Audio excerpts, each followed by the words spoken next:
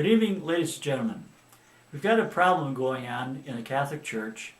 The Pius X group wants to go back and have their delegates talking to Rome and throwing out what they say is modernism. We have this mystery going on. How do you explain free will? How do you explain the idea of God creating the whole world and giving us freedom, and yet He still is the one for giving us our salvation? I don't know if you'll ever be able to completely explain it. So the Catholic Church is talking about ecumenism, and in Rome, the Vatican, and the Pius X group says, no, that's too much modernism. And we have this problem going on. How do you explain this mystery? Well, you have, for example, a mystery that was that George Washington Carver one time was making fun of himself when he was giving a speech. Supposedly he said, he asked the good Lord to give him the secrets of the universe. And the good Lord looked down and said to George, "George, I'll give you the secret of the peanut, and that's enough for you. You can handle that." And so we'll never understand all the what's happening in the universe, and this idea of how we're going to be taking emphasizing that our Lord came down and founded the Catholic Church, and people have been dying to keep the truths going for the Catholic Church. And yet, on the other hand, you have to have people being charitable to other people who don't believe this. And I hope the Catholic Church finally resolves this issue, because it's a really very tricky thing, and they were supposed to have solved it by yesterday. Otherwise, the Pius X group will be kicked out. And if they're kicked out, how can they get to heaven?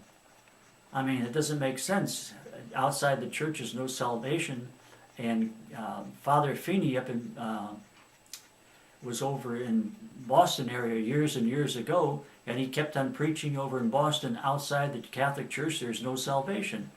And he was told, well, be quiet. So he got kicked out of the Catholic Church. And in the meantime, he's outside the Catholic Church. He won't give in to, and say, okay, I'll be quiet for a while, or I'll modify my ideas. And so he stayed outside, and his group, as far as I know, is still outside the Catholic Church. So you have this problem of free will and all these mysteries. St. Augustine was walking on the beach one time on the southern shore of Mediterranean, and he was looking at this little boy running over to the water and putting water in, running back with a little pail and putting it in the hole in the ground. And he finally asked the boy, he says, "What are you doing?" He says, "I'm trying to take all the water out there and put it over in this hole." And St. Augustine supposedly said, "Well, that's kind of foolish. You're not going to be able to do that."